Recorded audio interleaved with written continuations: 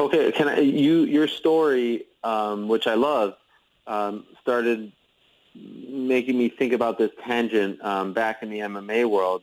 So if you don't mind, I just want to ask you this. When you talk about those players in the NBA back in the day, when your uncle was playing, making like 60,000 or whatever, and when you see what the players are making now, in large part due to the revenue that is coming in, the TV deals, billions of dollars, all that stuff. And then I'm starting to think about the MMA fighters and how much they make, because you can make the case that they're making on average what your uncle was making back in the day. And one of the things that Mark Hunt was talking about was an association of sorts. Do you think we will ever see that in MMA, or is the sport too splintered? It's hard to imagine. Forming a union, people act like it's sophisticated. It's not. It's very simple. You get the guys together, and you can do it by a show of hands. They can just raise their vote, and there you've got it. But as far as getting an association together, let's see what happens. There's one way to do it right now. I mean, your first step, it wouldn't be a union or an association, but if everybody bands together, and you could do it by a group of text messages, right? All the fighters, I got them all in my phone right now, as do you, and they could all just make a pact that we're going to let our contracts run out. That's it. We're going to do nothing more.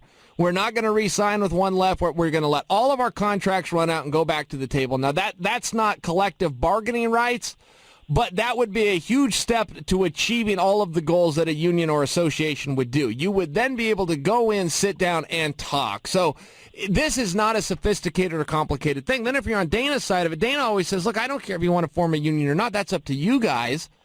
That's not my side. I don't go and get the workers to form a union. They got to do that. But if you guys form one, I got to negotiate with somebody. If you want me to do it with your union rep as opposed to you or your manager, go ahead.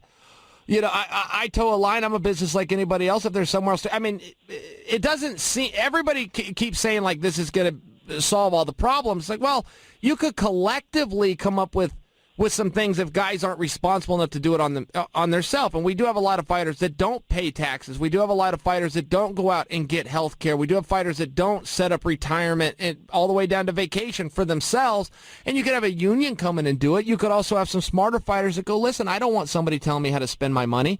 And I don't know what side they sit on. It looks like right now the fighters sit on the side of, I'm going to take my money and do whatever I want with it, and however life ends up, it ends up. The union can come in and help you with that, and there's arguments to both sides. If you study the history of unions, it's really pretty fascinating. They did some really great things. I think in some parts the unions might have they might have outlasted themselves, and it's not quite what Hoffa had in mind. But overall, they're the ones that gave us the 40-hour work week, the 8-hour day, child labor laws. The unions historically are very great for this country. Yeah, I think, again, another fascinating topic, and I thought T.J. Dillashaw had some really interesting points recently. I think Mark Hunt has some interesting points if you can, weed through the F-bombs and stuff like that. But this is something that, has been talked about for a long time in our sport. The difference is it's never really been talked about by, high-level current UFC fighters. We've heard it from ex-UFC fighters who are still very relevant, but never people under contract who are still, part of the show and climbing the ladder and important players. So, I'm wondering just how far it will go. And, I think it would behoove the fighters to open their eyes and ears a little bit to just see like, okay, is this better for us? Is it better to collectively bargain? Because I think that there have been a few things that have happened that have sort of forced their hand. The Reebok deal, the USADA deal, the TV deal, those are just, three main ones that, I'd love to see. I'd love to play the sliding doors game and see how those deals would have panned out for the fighters had there have been some kind of association in place. Yeah, I hear what you're saying there. And fighters get so busy and so tight. It is hard. I think it is something where a retired fighter or a manager or somebody like that is going to have to be the one. Yeah, and by the way, I don't mean to interrupt you. I think this is important to note. I think a lot of the managers in this sport, much love to them, but I think a lot of them are getting a pass here because the fighters are in tunnel vision. The fighters are worried about, training for this guy who's trying to knock off their head. I sympathize with you guys greatly. You have to deal with life, and then you have to deal with going to the gym multiple times a day to prepare for the most grueling athletic endeavor out there. The managers are the one who are supposed to be looking out for their best interest. The managers are the ones who should have been looking at some of these deals and being like, well, maybe we should. Instead, a lot of them, as you know, try to be buddy-buddy with the promoter and aren't looking out for the best interest of the fighter. And I think now, in hindsight, we need to look back at those moments and say, what were the managers doing as far as working for their client? Were they doing everything possible to work for their client? And I don't know. I don't know if the answer is yes in every case. You get what I'm saying? I do get what you're saying. And, if somebody wanted to form a union or association, just to build on your thought there, so many people think it's the fighters. Well, there's 556 fighters now under contract. However, there's only 6 managers that run the industry. Instead of thinking the fighters have to do it and get all 556 together or on a Facebook page like Mark Hunt's trying to do, or, whatever the idea is, going to court like some other retired guys are doing this whole antitrust deal. If you got those 6 managers in a room together, and they're the ones that could then go spawn it out. But again, I don't know that anybody comes out ahead. It's the same pot of money. It's just how you disperse it and how you organize it. Do you say, okay, everybody's going to make a little bit less, but now everybody's going to get health care and a little 10% over here for retirement? I just don't know totally how they would do it, and I don't know that at the end of the day it equals any more money. Maybe there's some profit sharing. Maybe everybody gets to be in on the gate and the pay-per-view and all that. I get the arguments. I'm not against it or for it. I'm just saying that there is a lot of moving parts there. And if somebody wanted to do it, it's a hell of a lot easier to do than some people will lead you to believe. I mean, forming a union really is you get the workers together, show of hands, yay or nay, and you move forward from there. I mean, the workers have a lot of power. You also need your employer to recognize the union, right? I mean, they can't just be like, no, we're not going to talk to these. You know what I mean? I mean, I guess if you're strength in numbers and you're like, look, we're if you want to run these things, you want these things to happen. If you want, and by the way, it's down to little things. Like they put out this memo that you may have seen where you have to come in, no more than 12% of your, on the Tuesday before your Saturday fight.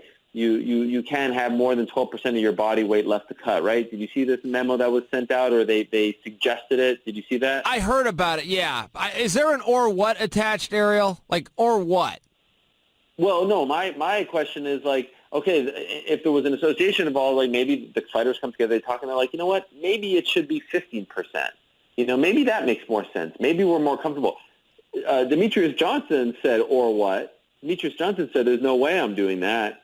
And what are they really going to do? And I haven't really heard of them, enforcing this, because they said it was going to come into play in July. So here we are. There's only been a few shows, but I think that's an interesting thing. There's a lot of things that come down, and I'm not just talking about like revolutionary stuff, but I think for the most part, you would be hard pressed to find anyone who has said the association/unions haven't served the NBA, MLB, NHL. NFL players well. I mean, just look at the NBA players and what they've gotten. I know MLB has had some labor issues, but as of late they haven't. NFL as well, NHL as well. But for the most part, I think it has all behooved the players to be united. In our sport, they couldn't be. They're the exact opposite. And I know it's a different kind of sport. I know everyone's individual and you're fighting against each other and all that.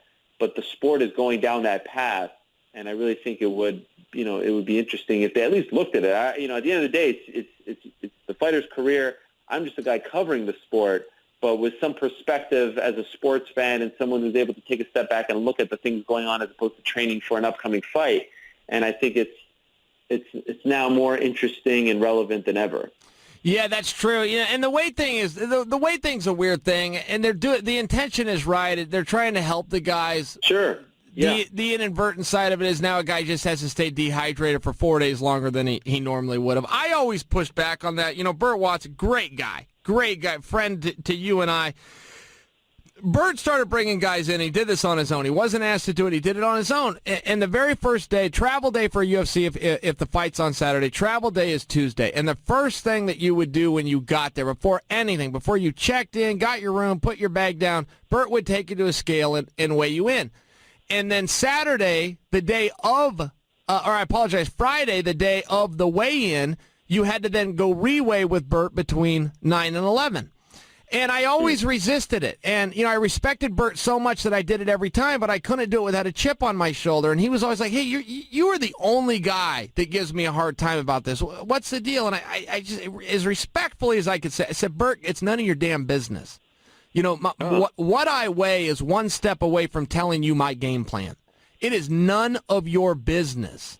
I have a contract. I have never missed weight. I have penalties, should I? And it's none of your... And the other side of it is, there's no point, Bert. If I'm 5 pounds underweight, you don't take me to KFC. And if I'm 8 pounds overweight, you don't take me to the sauna. So it's none of your business what I weigh. That's my first problem. Secondly, when you're cutting weight, you can't sleep. You can't do anything. Your mouth is dry. Listener, nobody will understand this. Nobody has to cut weight for their job. It's very unique to this industry. Nobody knows what it's like to be dehydrated and to be struggling and for your body to cannibalize itself while on a media tour and training twice a day. Nobody can relate to this. The only escape from this pain you get is sleep.